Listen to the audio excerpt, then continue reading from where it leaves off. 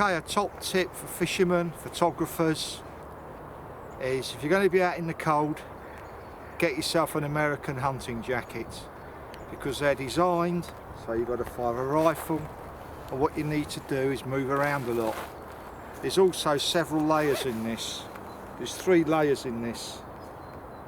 3 layers, thermosolate, it's vented, it's got loads of pockets, obviously what shooters would use for ammunition and gun materials, and they're fantastic. We are so warm, it's -4, all I've got is a t-shirt, and that's it, and I am baking.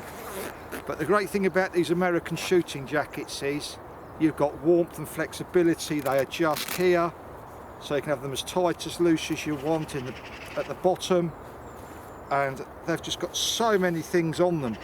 Designed for a shooter and a hunter, but for a photographer, a fisherman, anything outdoors, they are fantastic because you've got the movement. Thank you.